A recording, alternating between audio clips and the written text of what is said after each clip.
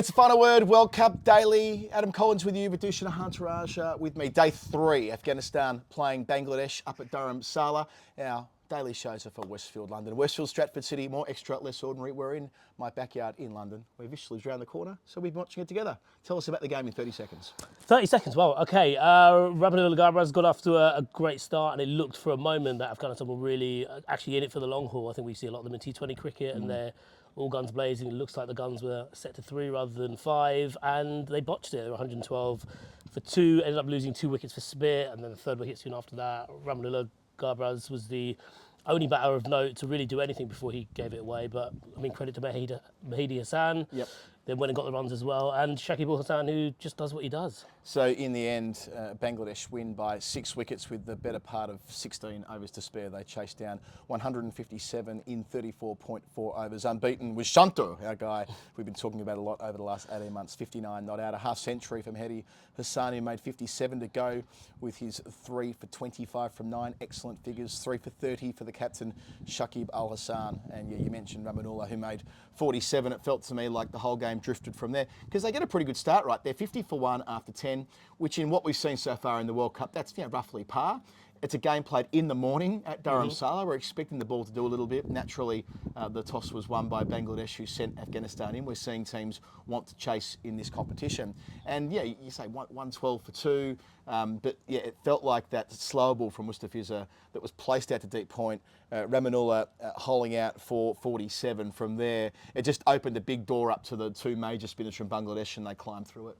Yeah, it's funny, isn't it? Because I think a lot of teams are gonna, we went into this World Cup appreciating the fact that we're playing at very different venues, across India, so we're going to get very different conditions. You're almost waiting for the first game to be played at these set venues, and I do wonder if actually England are looking at this thinking, right, I wonder how much we can take from this, because it's interesting, even at the halfway stage, I think Owen Morgan was going onto the pitch showing how hard it was, and the ball was doing a lot early, and it looked like Afghanistan got through that actually pretty comfortably, as you say, with their power play start. But I mean, Mehidy Hasan is one of those players. I think England fans will remember him from really bursting onto the scene, because you can only burst on the scene against England, but in that 2016 series in Bangladesh, where you kind of knew this guy was a gun-off spinner, and it's only really recently actually that they've been making use of his batting per se. This is the first time I think he's batted at number 3, having spent most of his career at 7 and 8, and obviously with the ball first up, he's just got nerves of steel, really. And it's funny seeing him with Shakib and thinking, right,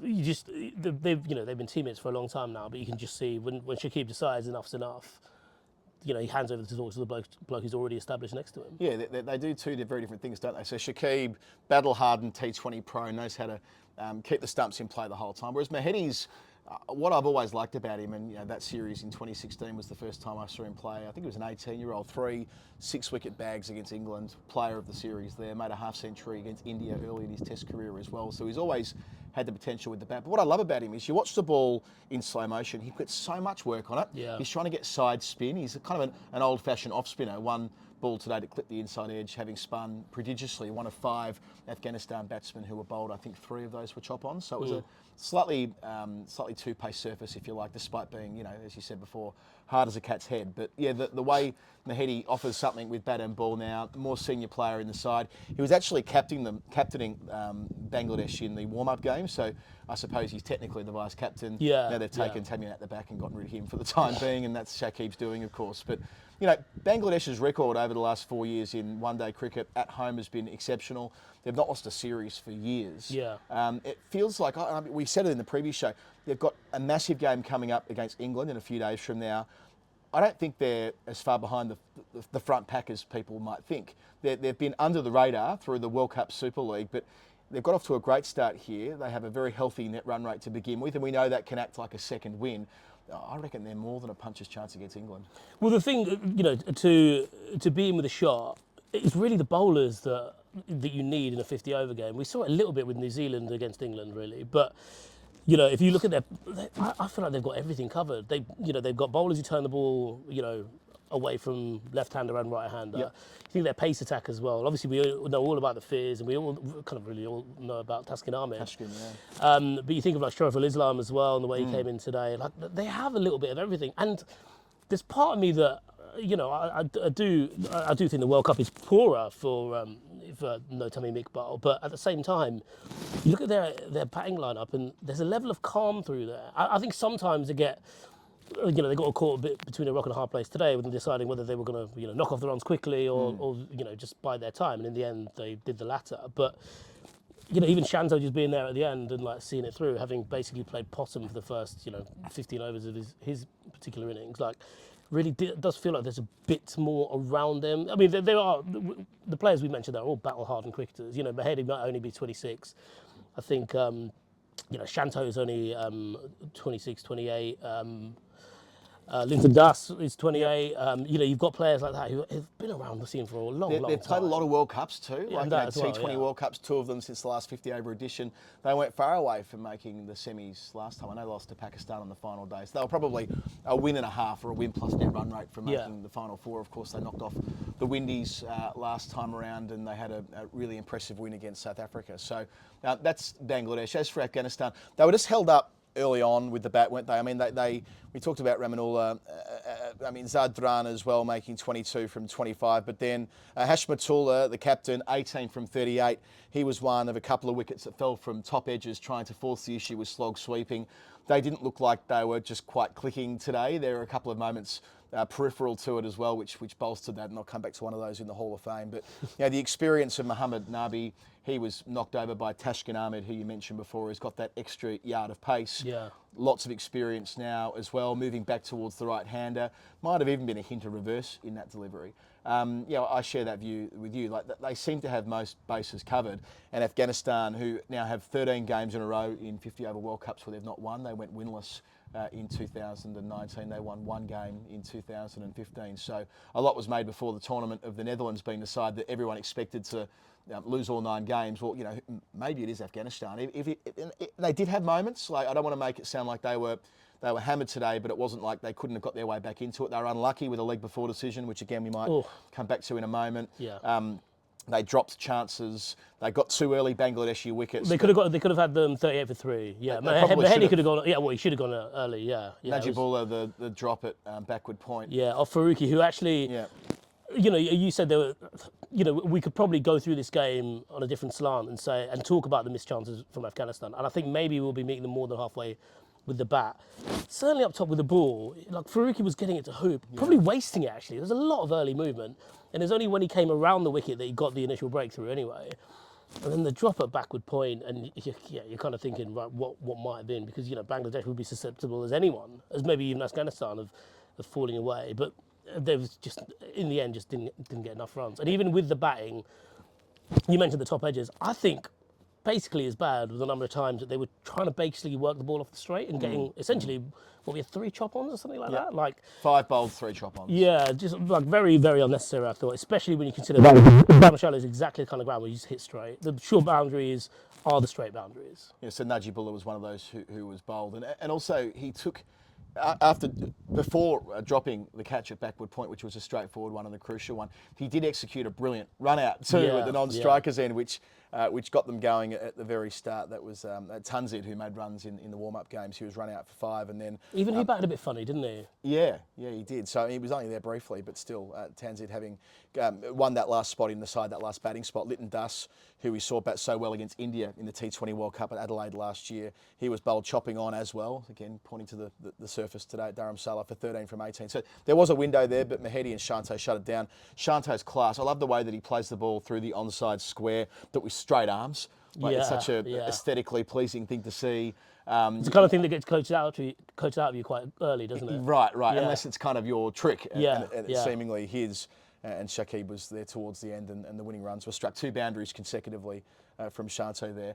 Just on the leg before that should have been, that was a point where, again, in all probability, Afghanistan are losing that game comfortably anyway. But Mehidy on an even 50, the 2 balls after raising his half century, a delivery from Mujib that is given out on the field by Joel Wilson. Had to change his decision. I felt sorry for Joel Wilson there.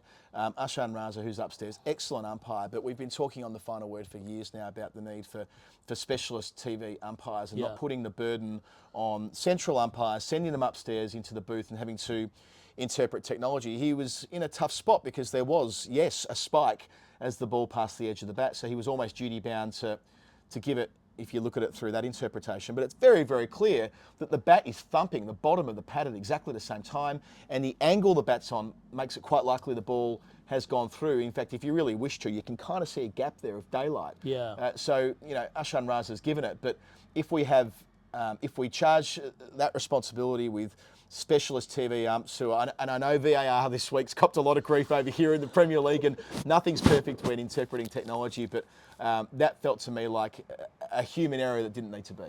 Yeah, well, I mean, we can almost work backwards on that because you mentioned the Premier League football thing. Because actually, if the Premier League had the same kind of script that cricket goes through, then we wouldn't have had the issue in the football. Because basically, Right. actually, when Raza sends it back on, he says, right, you can stick with your now decision. And Joel Wilson's like, no, but I gave it out. Yeah. I gave it out, so they start the process again. And then he took another, what I think, this is my theory, I'm not sure if it rings true. You can hear the background noise from the TV commentators in the box going, oh! And then he goes, can I have a look at the Ultra Edge, please? I wonder whether he heard through his earpiece. It sounded like Dooley to me, going, oh! Whether he heard that, he was like, oh shit, I better check one more time. and eventually landed on there being, by his interpretation, an inside edge. But yeah, that's one of those that we'll probably keep banging on about until they realise that there are people who are better suited to audio engineers, not umpires, who've been standing in the middle making these line ball calls that their whole lives as umpires. It's a different job altogether, a different skill set. Yeah, and I think there's something quite interesting that's happening with DRS. You know, I'm broadly, I am fundamentally a fan of it. I think the mistakes are few and far between. Yeah. But what I have noticed, and you kind of notice it a bit, I noticed it a bit during the 100, whereby, you know, the onus is on getting the game going through quickly. But I've seen it a little bit already in this World Cup, bear in mind we're only a few days old, is they want to really get through these reviews with speed, and that was a rushed review to me. They didn't really take the time to actually analyse it, and sometimes that's worse. But it felt like he saw the spike next to the bat and didn't kind of almost engage, you know, his nous really. As you said, like, he's an accomplished standing umpire. He knows, Absolutely, one of the best in the world. yeah, he knows what he's doing. Also, just even to look at the back face, as you mentioned before, it's pointing towards extra cover. The ball's going in between. Yeah. Very unlikely that there was actually any contact there. I think there was just an element of guesswork with that one. And I think as soon as you get that inkling, it's just a bad decision, isn't it? All right, Vish, let's go to the Final Word Hall of Fame. The Final Word Hall of Fame is brought to you by Westfield. Rediscover the magic of the festive season this year as you glide around Europe's tallest Christmas tree at the ice rink at Westfield, London. Whether you're as comfortable on the ice as the West Coast Eagles circa 2005, that is an inside joke. I think he means 2006 was, anyway. Or you've never skated before. It's a perfect festive day or night out. And book before today, the 8th of October, but you can book any old time for a discount at Westfield, and then you find it at icerinkwestfieldlondon.co.uk. Icerinkwestfieldlondon.co.uk. Book your tickets, Westfield London, Westfield, Stratford City, more extra, less ordinary. And remiss of me not to say, to Sheehan Arnott, who is the man who works at Westfield and works with us, his wife gave birth to their first child yesterday. Oh, congratulations. His name is Frederick Leonard, which means that, you know, sort of two fast bowlers there, Fred Spofforth and Lenny Pascoe, which I'm sure is not a coincidence given that he himself is named after Paul Sheehan. There you go. Congratulations, Shagger. Hall of Fame today. That's how it happens, yeah. Yeah, well, you know, Paul Sheehan's nickname was Shagger. He's Was named it? after Paul Right, Sheehan. okay. It all lines up. Vish, what was your final word moment of the day? It could only be Mujeeb coming out with that box. How about that? How about in a professional game of cricket, having to delay the game, A World Cup.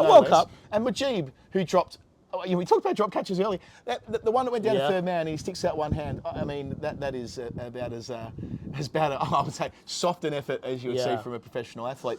But yeah, I mean, I don't know whether he was rattled, having forgotten the box earlier. What doing? How do you do that, really? Like, it's one thing to do it, you know, in a professional game at a World Cup. Bear in mind, the Afghanistan head coach is Jonathan Trott, who famously leaves no stone unturned. Sleeps in his box. Yeah, famously. Sleeps in his lid. Yeah. Actually, quite uncomfortable, wouldn't it? Maybe not one of the new ones, a multi-head. But no, I mean, you know, I say that about Jonathan Trott, someone who always takes, you know, no stone unturned. But that's bordering on parenting someone, isn't it? Telling them not to forget their box. Make sure you're wearing your box going out there. Like, I think if you walk out there, much in the same way that you can be timed out, if you walk out there with any piece of missing equipment, that's it. You got to stay there. You don't get to have it back. You don't get to have it, you know, run out to you. Yeah. Also, who's holding his box? Yeah. There are a lot of questions to be answered there for Mujeeb. We said he was unlucky earlier with the leg before that wasn't well. Yes, maybe he was lucky. He got lucky in the end, not to face up and cop one in the what's. I also popped down here just a Jonathan Trott response to the run out from Najibullah. He did the whole doffing his cap thing. The Afghanistan coach, I suppose they've been working on that and all those drills. Yeah, we see it. We're lucky to watch a lot of training for these teams the day before games, and often they spend hour after hour trying to ping down one stump. So, when a plan comes together, I suppose you can celebrate, the downside being that he put down a crucial catch about 20 minutes later.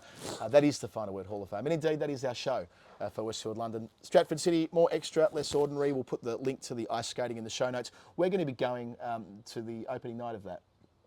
Me and my wife Rachel and my daughter Winnie, who was running around a minute ago. So we'll be doing that. So I'm not saying join us there necessarily, but make a night out with your family if you live in London. Thank you to Westfield for their support. Thank you to Vish for nipping over and doing this. You'll join us at different points through the competition on the Final Word Daily. This is one of 2 episodes today. The second ep is with Jeff in India. Yes, that's right. Jeff has gotten through the border. He's got a visa. We didn't want to announce that he was in India till he'd officially gotten through with his visa. He's through, he's at his hotel, and he will be doing the game between Sri Lanka and South Africa with Bharat Sundaresan later today. And in story time, we'll drop on Sunday morning. A well-oiled machine, the Final Word. Thank you, Vish. Thanks for listening or watching. This has been the Final Word Daily. Bangladesh on the board. It's Tiger time.